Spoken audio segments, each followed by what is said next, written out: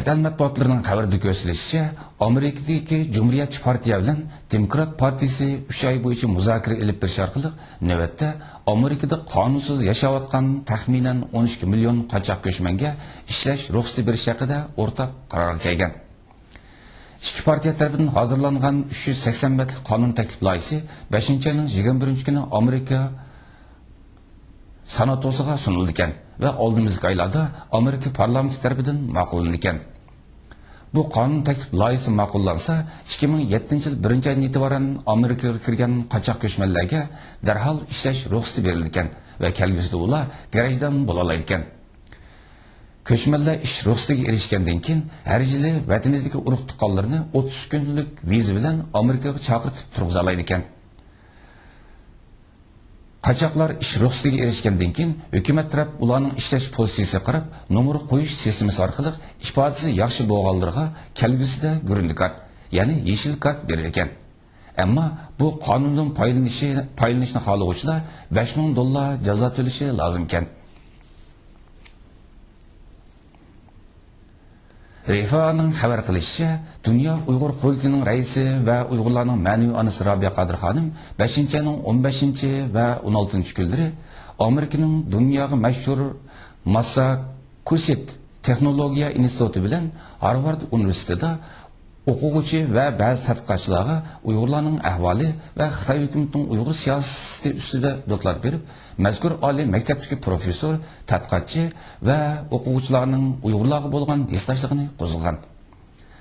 Robiya Qodir xonim Xitoy hukumatining Uyg'urlarni bostirishi va ziyonkashligi degan temadagi do'tqida Xitoy Kommunistik partiyasining Uyg'urlarga qaratgan siyosiy besimi, bo'lib ma'rif, din va kishilik huquq dafsandichiklarini o'tirib qo'yish bilan birga Xitoy hukumatining xalqaro terrorchilikqa zarba berish kurashidan foydalanib, tinch yo'sinda o'z haq-huquqlarini qo'lga keltirish yo'lida faoliyat qilib berayotgan Uyg'urlarni terrorchi deb ayblashi, qo'lga olishi, turmalarga tashlashi va hatto o'lim jazosi bilan qat'iy qilishi aksicha bu davlatning terrorlik siyosati yurgizayotganligining isboti deb ko'rsatgan.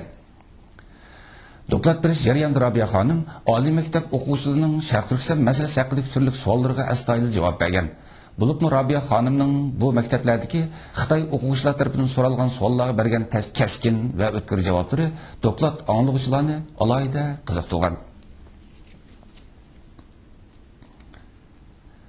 Chet el matbuotlarining xabar qilishicha, Qozog'iston parlamentining a'zolari 5-ayning 18 kuni bilet tashlab, prezident Nazarboyevning Qozog'istonga mangulik prezident bo'lishini ma'qullagan. Qozog'iston parlamentining yuqori palatasi bilan Avom palatasining a'zolari juma kuni bilet tashlab, mutlaq ko'p sondagi a'zolarning qo'llab ovoz berishi ostida asos qonunga tuzish kirgizishni va Nazarboyevning prezidentlik vazifasini mangulik oqqizishiga qo'shildi. Shundaqla qanchalik vaqtgacha prezidentlik o'rnida o'ltirishni Nazarboyevning o'zining belgilashiga qoldirildi. Lekin mazkur qonun loyihasi faqat Nazarboyev bilan cheklanadigan bo'lib, Nazarboyevdan keyin taxtga o'ltiradigan prezidentlarni o'z ichiga olmaydi.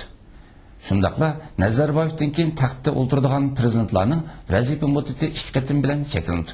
Parlament a'zolari yana Nazarboyev tomonidan o'tirib qo'yilgan ba'zi qonun loyihalarini ma'qullagan. Bu qonun loyihalarining birida prezidentning vazifa muddati 7 yildan 5 yilga qisqartirildi. Lekin mazkur qonun loyihasi Nazarboyevning vazifa muddati 2012-yili to'shqandan keyin kuchga ega bo'ladi ekan. Nazarboyev 1989-yildan beri Qozog'istonni idora qilib kelmoqda. U 1991-yilda Sovet ittifoqi parchalangandan keyin Qozog'istonning mustaqilligini jakalagan edi. Nazarboyev Shanxay hamkorlik tashkilotining eng aktiv qo'llovchilarining biri bo'lib, Qozog'iston mustaqil bo'lgandan buyon Xitoy bilan bo'lgan do'stlik munosabatlarini uzluksiz kuchaytirib, Qozog'istonni faoliyat olib berayotgan Uyg'ur tashkilotlari va Uyg'ur siyosiy faoliyatchilarining Xitoyga qarshi olib berayotgan harakatlarini mumkin va cheklashga tirishib kelmoqda. Hozir qadar Qozog'iston hukumat tomonidan tutqun qilinib, Xitoyga o'tkazib berilgan Uyg'ur siyosiy qashqularining soni oz emas. Ashir Vaydi, Dilbirim Samsaqova, Abdushukur Tavfiq qatorliq bir turkum ko'zi ko'ringan Uyg'ur siyosiy faoliyatchilari Qozog'istonda ziyonkashlikka uchrab hayotidan ayrilgan bo'lsa-mu, ammo Qozog'iston hukumatining parvozsizligi tufaylidan hozir qadar bu jinoiy qilmishlarning tegi-taqti aniqlab chiqilgani yo'q. 5 ayının 19 günü Germaniyaning Frankfurt shahrida Yevropa Sharq Turkiston Birligi Tashkilotining Frankfurt sho'basi rasmiy qurilib, milliy kurash sepimizga yana bir yangi kuch qo'shildi.